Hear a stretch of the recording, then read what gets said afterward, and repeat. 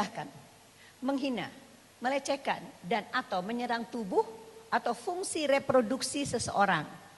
Fungsi reproduksi karena ketimpangan relasi kuasa atau gender. Ini garis bawahi ya Bu ya. Apakah benar kekerasan seksual hanya ketimpangan relasi kuasa? Nanti setelah materi ini Ibu simpulkan sendiri. Ya. Hati-hati nih sama kalimat ini, ketimpangan relasi kuasa. Ya. Yang berakibat atau dapat berakibat penderitaan psikis atau fisik termasuk yang mengganggu kesehatan reproduksi seseorang, hilang kesempatan melaksanakan pendidikan aman dan optimal. Terima kasih ya Bu. Baik, berikutnya. Nah, menurut saya Bu, saya memulai bisnis parenting ini 25 tahun yang lalu. Caranya bagaimana Bu? Bikin riset. Karena kita nggak punya data sama sekali tentang pengasuhan di negeri ini. Sekarang aja kurang, apalagi 25 tahun yang lalu. Kebetulan Bu, saya peneliti, saya 3 perempuan Indonesia pertama yang bikin perusahaan marketing research company, 3 besar di Indonesia, 2 lainnya perusahaan asing. Jadi apa saja modul-modul saya Bu di riset. Ya, oke. Nah jadi dari riset saya Bu, kenapa sih kekerasan seksual terjadi? Emang cuma di perguruan tinggi Mbak Neni? Tidak, dari tingkat PAUD bahkan. Iya, dari tingkat PAUD. Kenapa dia nggak di tingkat perguruan tinggi sudah menjadi-jadi? Orang dari PAUD. Itu yang pertama kita ngerti. Ya saya tanya ke Mbak Neni, saya tanya ke Mbak, emang cuma dari perguruan tinggi doang Bu? Ibu tulis di situ, Ibu jawab apa? Ya, jadi dari mana Bu asalnya? Karena kita mengasuhnya tidak benar, tidak baik dan tidak menyenangkan. Tulis Bu, pengasuhan kita jangan-jangan tidak 2B 1M. BBM, tidak benar, tidak baik, kurang benar, kurang baik, kurang menyenangkan. Next.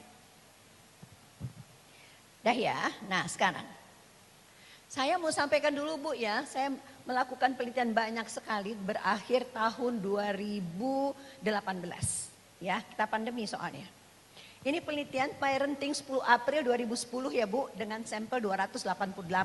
Kita lihat dengan cepat, saya tahu waktu kita terbatas. Tapi coba Ibu ngaca ya, dari data ini ngaca. Ya, pertama. Ternyata di tahun itu sebetulnya sampai sekarang Ibu lihat, Ibu suami istri merumuskan tujuan pengasuhan enggak begitu kawin? Ibu jawab, iya apa tidak? Di situ Mbak merumuskan tujuan pengasuhan enggak? Tidak. Silakan ya Bu, tulis. Ibu waktu kawin merumuskan tujuan pengasuhan apa tidak? Ya. Jadi dari riset ini orang tua itu hanya terjebak pada kata-kata sukses dan berguna bagi nusa dan bangsa. Nusa dan bangsa Bu, jauh banget. Berasa nggak nusa dan bangsa? Ya, tapi nggak jelas mana prioritasnya, berguna secara pribadi duluan, keluarga, agama, apa nusa dan bangsa? Ya, berikutnya, nggak punya kesepakatan antara suami istri mau mendidik anak seperti apa. Pertanyaan berikutnya, Bu Neni punya kesepakatan nggak di awal sebelum punya anak tentang bagaimana caranya mengasuh anak? Ibu jawab di kolom 1. Kayaknya belum kepikiran pas nikah itu. Belum kepikiran, ya. Terima kasih buat jujur ya Bu. Oke. Tidak tahu tahapan perkembangan anak dan tidak tahu juga cara otak bekerja. Ibu tahu apa enggak? Sebelum beranak. Ya. Ternyata otak kan enggak langsung bersambungan Bu semuanya. Dan ternyata otak laki-laki diciptakan Allah berbeda dengan otak perempuan. Kenapa mengasuh anak mesti dua-duanya? Oke. Jadi pendidikan beda. Ibu didik anak laki-laki sama beda anak perempuan beda. Ngomongnya aja beda. Ibu beda apa enggak? Jawab, tulis di situ. Ibu membedakan enggak pengasuhan anak laki-laki ibu sama anak perempuan ibu? Kenapa? Karena dunia kerjanya juga nanti berbeda. Yang satu hamil, yang satu membuahi. Enggak sama. Yang membuahi harus dididik dengan benar. Yang menerima pembuahan juga harus dididik dengan benar. Kita membedakan enggak? Ya Bu, berikutnya. Berikutnya nak. Nah, pengasuhan diserahkan umumnya pada ibu. Ibu waktu diserahkan pengasuhan, Mbak Neni siap nggak? Karena masih muda waktu itu belum siap. Setuju Bu? Sama. Tos. Ya Bu, Ibu siap apa enggak? Tulis Bu. Nanti Ibu evaluasi lagi di rumah, maka tekniknya semi konseling. Nanti saya praktekin kenapa pakai semi konseling. Sebentar ya Bu, habis penelitian ini. Jadi kita marah-marah Bu. Kadang-kadang nyubit, kadang-kadang dorong, ya enggak Bu? Kadang-kadang tapi gitu. Ya, oke. Jadi anak, kemudian banyak orang tua juga terserap sama dunia kerja. Maka anak disubkontrakkan ke tangan orang lain. Ibu terserap dunia kerja apa enggak? Saya tadi udah bilang, saya mendirikan perusahaan riset, saya pernah terserap dunia kerja. Kan orang di depan mesti jujur Bu, jujur sama dirinya sendiri. Kemudian anak disub pada orang lain, apa Bu yang hilang? 2 tangan begini sayang, 2 tangan begini. Ya, ayo Ibu peluk diri Ibu sendiri, peluk. Lagi, yang kenceng lagi, yang kenceng. Itu yang hilang dari jiwa anak kita. Judulnya kelengketan, bahasa sononya attachment. Tulis Bu. Anak kita cukup apa kurang kelengketan? Engkaukah itu anakku? Engkaukah buah hatiku? Ya, oke. Next. Next. Jadi Bu, anak-anak yang terlepas dari ibunya terlalu cepat, itu mengalami 2 bentuk kecemasan. Ini saya nggak nanya lagi, Ibu catat aja 2 bentuk kecemasan. Cemas pertama Bu, cemas berpisah. Berpisah dari siapa Bu? Dari ibunya. Kenapa Bu? Dia 9 bulan di sini. Ya kan Bu Neni? 3 bulan di luar ditinggal. Dia separation anxiety. Ya. 2 Bu, dia juga berhadapan dengan orang baru terus berganti-ganti. Dia Bu, tanpa kita sadari anak kita mengalami stranger anxiety. Cemas terhadap orang asing. Tulis Bu di kertas masing-masing. Dari umur berapa ya anak pertama kita udah kita semaikan cemas dalam jiwanya? Anak kedua? Anak ketiga? Berapa banyak kita semaikan kecemasannya? Izin saya duduk ya Bu. Oke, berikutnya. Stranger. Ini kecepatan ya Nak. Berikutnya Nak. Apakah kita mengasuh anak kita secara patut atau tidak? Bentar ya. Oh bentar. Saya lompat, maaf Bu. Jadi anak sudah berayah lah ada dia, berayah tiada. Kan pergi kerja terus-terusnya, jangan-jangan dia beribu ada, beribu tiada. Engkaukah itu anakku? Engkaukah buah hatiku? Oke, berikutnya. Sekolah jadi industri Bu, karena begini sekolah jadi industri. Saya tahu ada di antara ibu gak suka sama data ini data penelitian. Ya, ibu suka gak suka, ini data penelitian. Oke. Jadi sekolah anak dimasukkan sedini mungkin, otak belum bersambungan. Ibu klik YouTube, klik Net TV, klik sekolah, usia masuk sekolah. Saya punya program di Net TV 5 atau 6 tahun yang lalu, pewawancara saya ada Adrian, artis pesohor.